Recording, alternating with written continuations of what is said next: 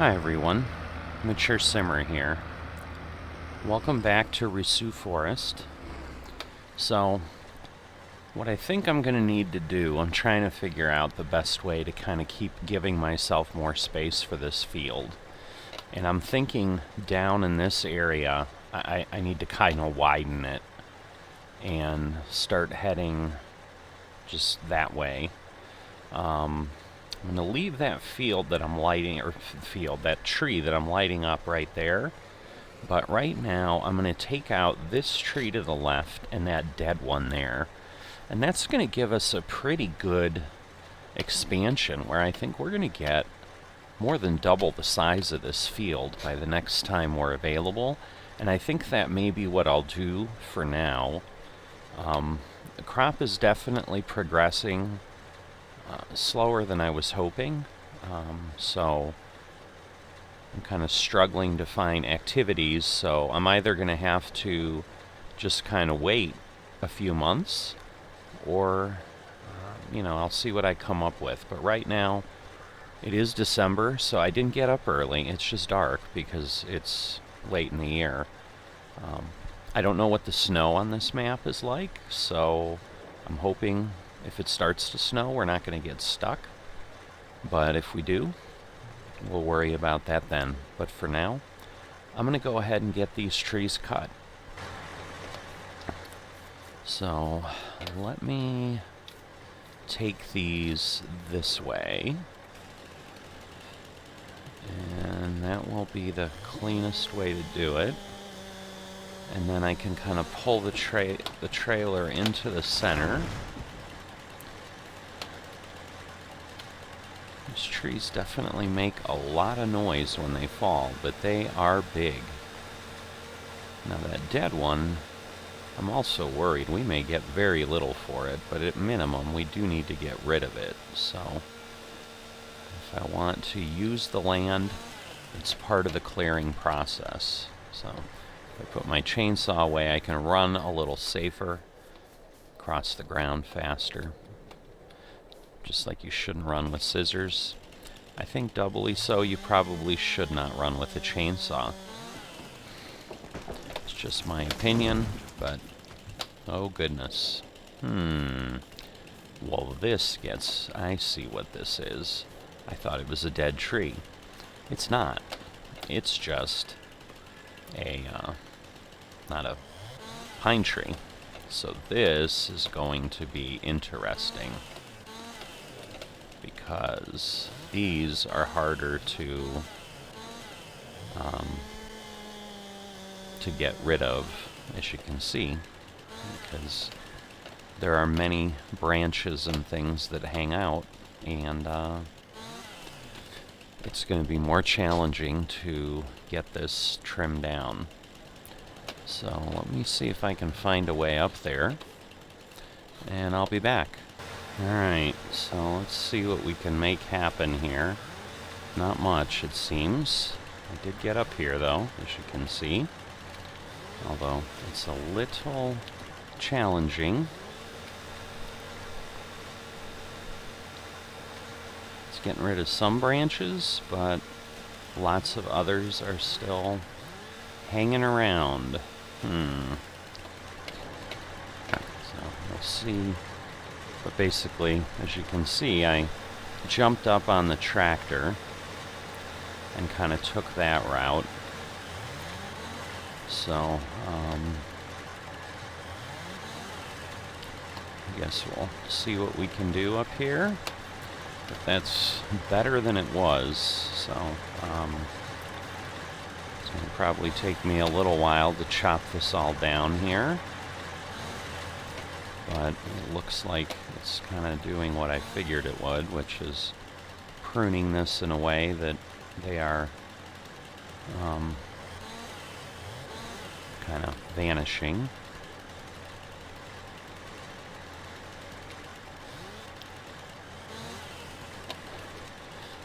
And it's just going to be a challenge to load this, I'm sure. Wow.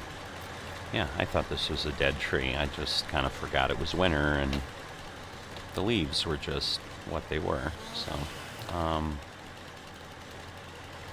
So, yeah, I'm not sure we're going to get a lot for these twigs anyway.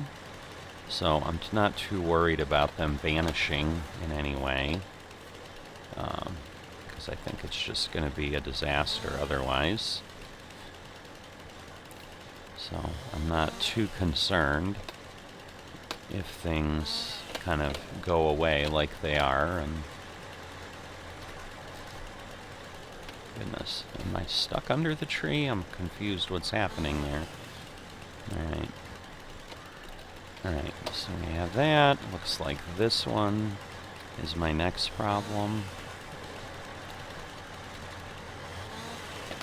Just keep kind of chomping away at it, and eventually I assume we'll end up with something we can drag with us to the sawmill, along with everything else.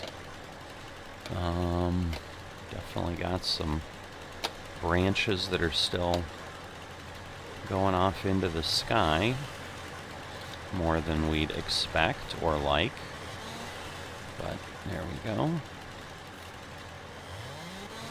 Oh, that one hung out. So did that. Sure that one will too. Let's see. Thinking there, maybe it'll go away. Yep.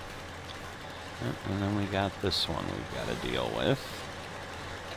And this was the one I couldn't cut from the other side, but there we go. Alright, so at this point, it's just the problem is it's going to get very messy to try to stack this anywhere. But just like any other tree, that's kind of what we're stuck with, so just unfortunately I think it's going to turn into a lot of trips for this and probably very little money. So we're going to find out that this is probably the least lucrative type of tree, but luckily there aren't that many of those. So this will be our normal cut, where we get about 4 or 5 meter slices, fit well on the trailer, and I've kind of got this down to a science. But obviously, as you can see, cutting this tree is a very different experience than cutting the other one. It's probably still too long. Alright, that's fine. Wasn't sure if it was gonna come off or not. It was, so that's okay. So we'll get this loaded, and more than likely I'm just going to do this and maybe the small twigs. So this tree and then the small twigs from the other tree, and make that a trip and then kind of come back. So I'll see you when everything's loaded. Alright, so I'm going to go ahead and go with this. So we've got the entire fir tree or pine tree, whatever it specifically is. I'm not a botanist, so I'm not going to even begin to assume I know exactly what type of tree we're dealing with here. But and then we've got a lot of the kind of garbage branches and twigs, and so I'll give you an official ride along here, which I hadn't done last time, so you get a little bit of a sense compared to how this works compared to our other tractor. So as you can see, about 9 is about the slowest I see it go, and then it just starts moving. And the top speed on this thing, I think, is also, I think the other one was only 19, so we get a little bit of top end on this on top of it. But the nice thing is the gear shifts are smooth. You know, it's just because I think this is an automatic. It's not really, you know, it's just got drive and reverse. But you know, if we look at the indicator there, you can see 2.6. It's like got L's and whoa and H's. This is that rock I flipped on before. So let me find my way. Goodness, this is kind of messy. But You know, now it's E1, E2. I think it eventually goes all the way up to like E5. There you go. I think E5 is the highest, because that's what I see when we're going 22. Whoop, we're heading toward field 13. That's not going to help us any. So we cover ground pretty quickly once we're up here. You know, so in total, you know, is it vastly different? I mean, I would say yeah, because it probably took 5 minutes just to get up the hill with the old tractor. Once I got here, I was still able to go, you know, pretty close to this. I guess it's starting to snow, so we've got our wipers on. So we'll see what it starts to look like, if it starts to accumulate over time. And again, hopefully that won't affect our traction too much. Right now, I'm not planning on necessarily cutting more than those 2 trees. But once again, it just almost seems a shame to not make some kind of progress. And while I have found some alternatives, some improved rollers given to my heavier horsepower capability, and some other options I have for the plow, I can use a cultivator, I think, is probably going to be my best option, and increase my width pretty substantially. You know, but all those things are about $20,000 a piece, so I'm going to need a lot of extra money here. So that is, like it or not, this is the way we make money on the farm right now. And I get folks might be longing for something else. I kind of am too, but welcome to survival. This is kind of how it goes in the beginning. Kind of once, there always seems to be a tipping point where suddenly we've got a bunch of things that suddenly start going, and then suddenly we're making all kinds of money. But that can take some time. And in the meantime, it's a lot of logging and waiting. So I think we are going to get ourselves a little bit of, not truly passive income, but something that's a little bit easier to do, and at least gives us something additional that can bring in some funds for the farm. So that is part of what I'm thinking. So I've been chatting with some of the folks around the area, and they had some great ideas. So I think I'm going to talk to the person they told me to get in touch with and see what they think is the best alternative, and we'll see what kind of pricing we're looking at. But that is probably going to be my immediate use of these funds again, which means I'll have to replenish them again to always have enough ready in case it's time to buy the harvester. So at a minimum, I basically need to end every day with about 30,000, or plan to have to work enough to make that, to be able to harvest appropriately. So, but yeah, I think this first year, accumulating equipment is always a bit of a challenge. But once again, this tractor is going to go a long way toward helping, because we're going to use it for a lot of different jobs on this farm, and having this extra horsepower, I think you can already see in this round trip what the difference is. So I will go ahead and I will get that other tree handled, because I think it's going to be more than one trip, and I'll check back in and let you know what's happening when everything's all done. Oh, there are actually deer here in the forest. Look at that. It is definitely coming down. Something crazy here. I did get that whole tree on here. or what was left of it. Obviously, we had taken several other branches. It's not pretty. It's probably going to fully collapse once I release it all, but I did manage to do it. Oh, a few things fell off. Thing is, it was extremely heavy, so we'll see.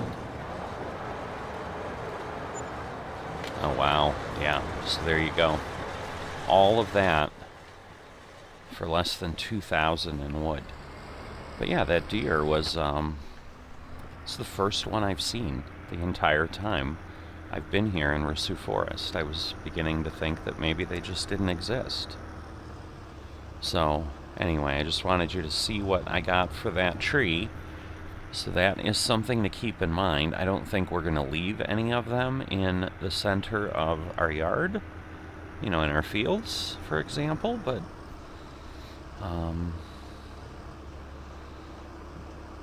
it's going to be hard-pressed to be like, ooh, let's look for those and get rid of, you know, let's cut them down because they're worth so much. Clearly, the furs are worth significantly more, about 3 times as much. So, and that's oh, where did he come from? I don't know. Either way, somehow I hit him. Luckily, the tractors and farming simulator made of rubber, so didn't do too much damage to me, other than my ego of totally missing a tree in a snowstorm. That'll be my excuse. The snow blinded me. I'll see you when I get back. Alright, so we're back here. Alright, so the conversation I've been having with some of the other folks was a way to do things and then have something growing all the time is to put up some greenhouses. Looking at my choices, none of them are terribly expensive, and starting out with a small one, I'm pretty sure I'm going to just want to expand. We know these trees are generating a good amount of income, so I'm going to go ahead, you know, I'm kind of looking for the lowest cost place. That might actually be it, because it'll unload pallets if I'm going to pick them up on the right side from where we're looking, and we've got to get water to it on the front. So I'm going to place that there. There we go. And again, that's, you know, an area that is not really going to be used for much. Again, we don't have flat ground anywhere, so it's always a challenge. But the nice thing is, you know, we can grow some tomatoes, strawberries, or lettuce. Strawberries look like they're going to be the most fruitful, no pun intended. So I think we're going to go with that. I don't know, maybe they don't sell as well. But let me do a bit of work here around the land and see if I can at least make it a little easier to get in here, because this is, we're going to get hung up, so I need to do a little bit of work. That'll take a bit of time. I'll be back. I've done what I can. I don't know if there's a rock or something buried under this, but I have done everything I possibly can, and this just will not move. I'm kind of stuck with that piece there, but that's alright. I at least have a smooth way to get in here. Now I need to figure out what I'm going to do for water. Alright, well, this is going to dig into my money a little bit. I think I'm eventually going to probably likely add some sort of animals or something over time that are going to need some water. So rather than have to haul a lot more, this isn't that much more, I'm going to go ahead and get this, and then I'll get in my tractor. We'll go get it, and we will get ourselves some strawberries going. Alright, so this location's definitely, and when I say location, I mean Risoux Forest in general, One thing I did not realize that we don't have, there is no water, natural water in this map at all. So what that means is I had to get someone to come in and put in this cistern here, and I figured I'll just tuck it away over here. I'll see if I hate that idea now that I try to work with it, but this is what I'm doing. And this is my water source. Because, yeah, basically every farmer said, you know, if you want water, this is kind of what you've got. So, there we go. And of course, the water isn't free. So, there's going to be some trade-offs here. But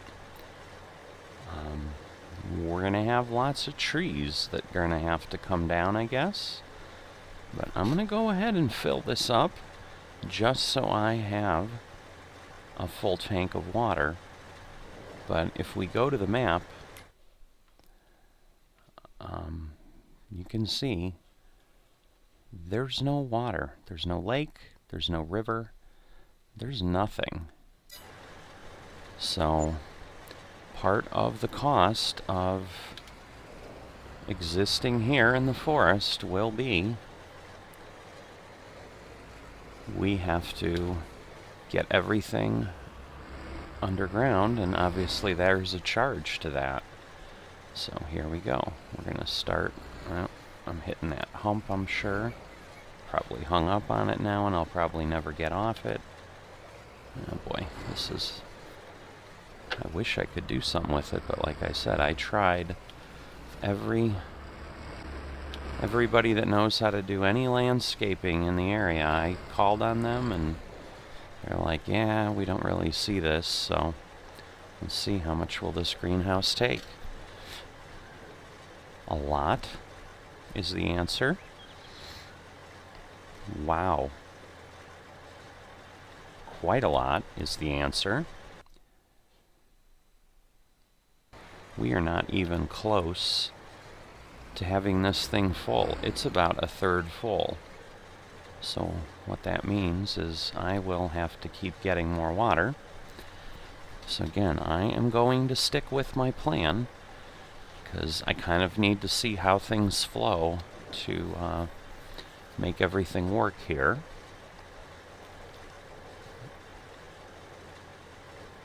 But I'm going to get this one filled up with water. We'll see where we end up money-wise and water-wise. And I'll join you when I'm done with that. Alright, I'm going to leave that water tank there.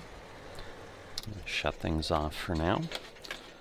And I'm going to really hate that goofy little bump. I may try again, but I've really done everything that I can think of.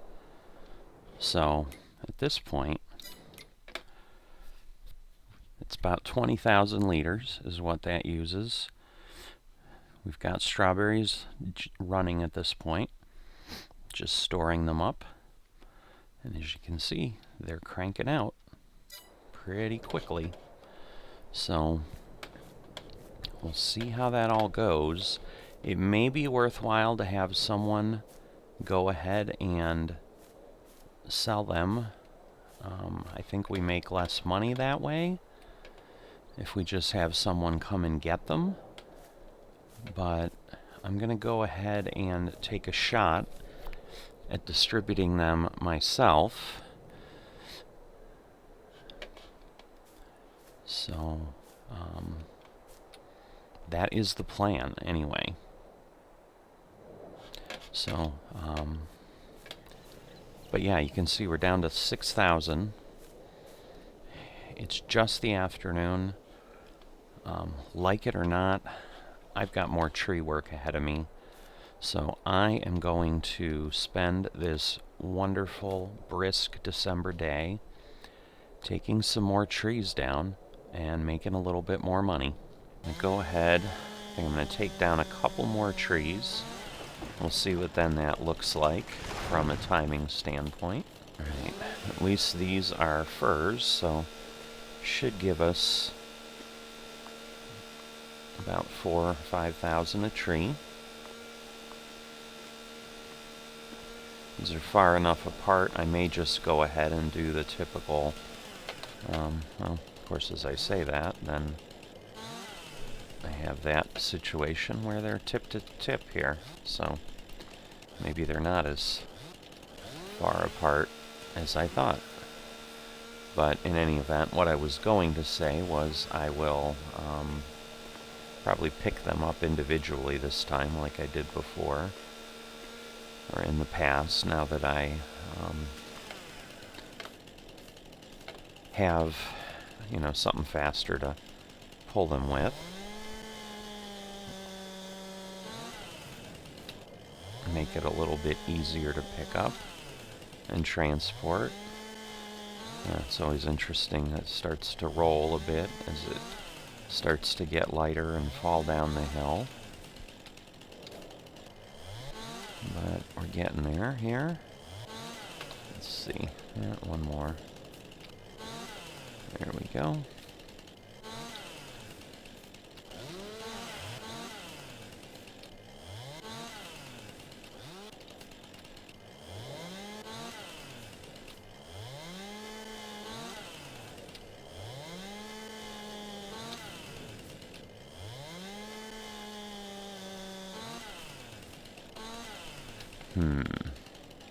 Yeah, that one might be a bit too long.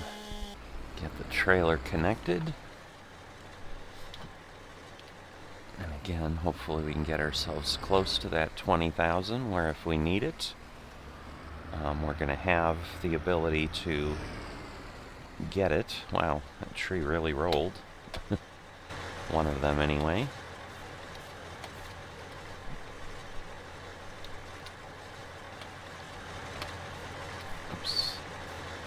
So, we'll get these positioned and moved appropriately.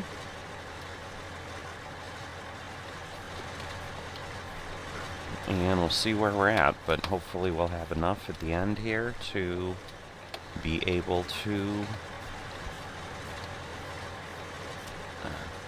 at least afford the harvester. That's kind of the goal, is to make sure that we're in that position at the end of each of the days, so that when the next day starts, if it's time to harvest, we can just go ahead and make that purchase and go forward.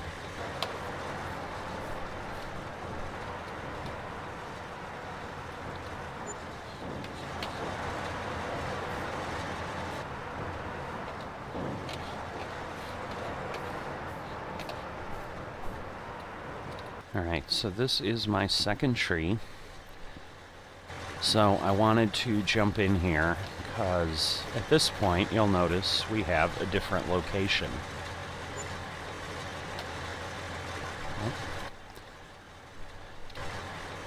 It's elevated up there a bit. Sometimes you gotta jump in and then let it do its thing. So still about 5,100, which is normal. So we've got the 2 trees sold.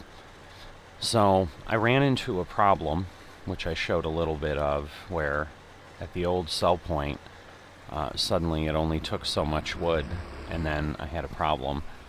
It took me quite a bit of work, quite a bit of questioning, but because the sawmill is a production point, if you don't own it and it's not processing anything, you eventually fill it, which is what had happened. So it takes a little shy of 110,000 liters of wood, and I guess I had hit that with everything I had processed.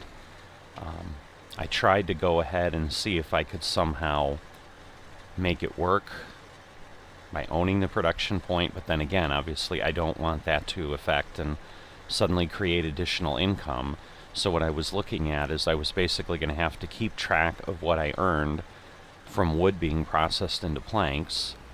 But then the other problem it created is I could no longer just sell wood, because now I was delivering the wood there to a production point. So my sell point, or my sell item, was now going to be some sort of output from the sawmill, which again created an issue, because then I was just artificially going to take some percentage of whatever the planks sold for and said, this is what the wood is, and it was just going to create a lot of work. So what I ultimately decided to do was go ahead and put a sell point in, and I could have put that obviously on my property, but then that would have eliminated kind of the challenge of transporting it to the sawmill, which, you know, I always should factor into a decision in a survival series of, am I going to do this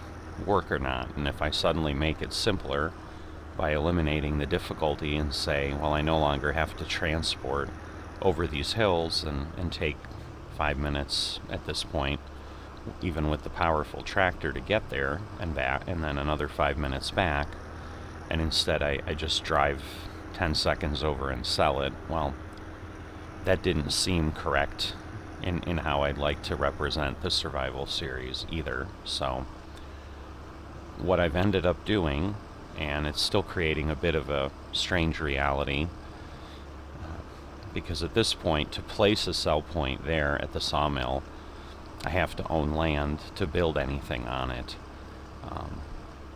I don't know of a way to do that without within FS22.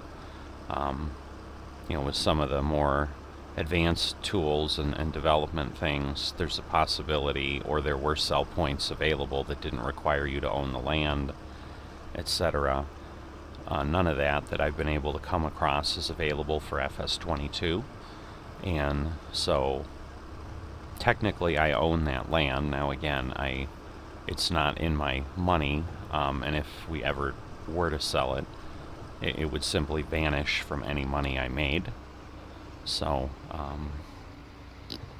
you know, just like this, you know, the land I own now obviously came from somewhere, you know, and it required, you know, manipulation of back-end stuff as well.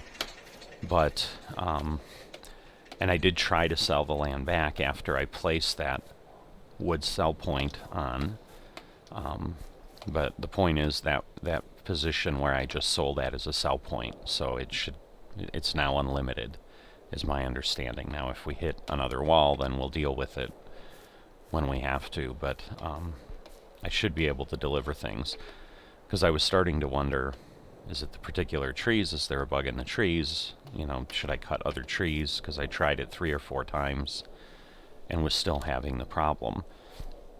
Now it's only 4 p.m. I'm going to keep working, so I'm going to get a few more trees removed, get a little bit more money in the coffers, and so I'm going to jump to that and show you where I'm at the end of the episode. But I wanted to jump in here and explain what the reality is, and you know, the money that's in there is accurate at this point. This is what I've earned from the trees. There's nothing additional.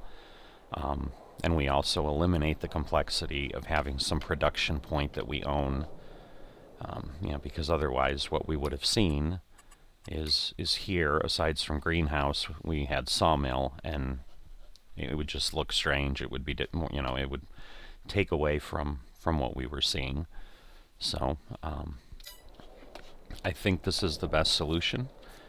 Someone's got another idea, always happy to hear about it in the chat, so forth. But that's what I've done, and I'm going to take out a few more trees before the end of the night, and